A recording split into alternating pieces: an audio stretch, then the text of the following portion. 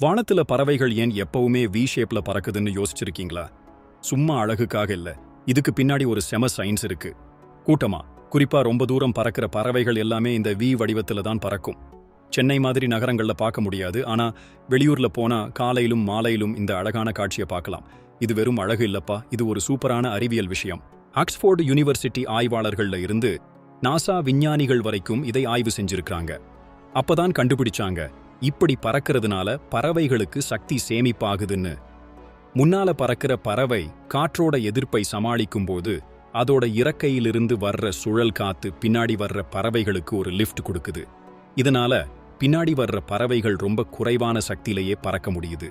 சில பறவைகள் இறக்கையோட அசைவுகளை கூட இதுக்கு ஏத்த மாதிரி ஒருங்கிணைச்சுக்குமாம். முன்னால பறக்கிறது கஷ்டமான வேலைங்கிறதால ஒரு டீமா சேர்ந்து பறவைகள் தங்க இடத்த மாத்திக்குமாம். இது தூர பயணத்துல விபத்துகளை தவிர்க்கவும் உதவுது. ஒன்னோட ஒன்னு மோதாம பாதுகாப்பா பறக்க இந்த வி ஷேப் ரொம்ப முக்கியம். பறவைகள் பறக்கிறத வச்சுதான் விமானத்தோட பல பாகங்களையே உருவாக்கியிருக்காங்கன்னா பாத்துக்கோங்க. என்ன நண்பர்களே, இது பத்தி நீங்க என்ன நினைக்கிறீங்க? கமெண்ட்ல சொல்லுங்க.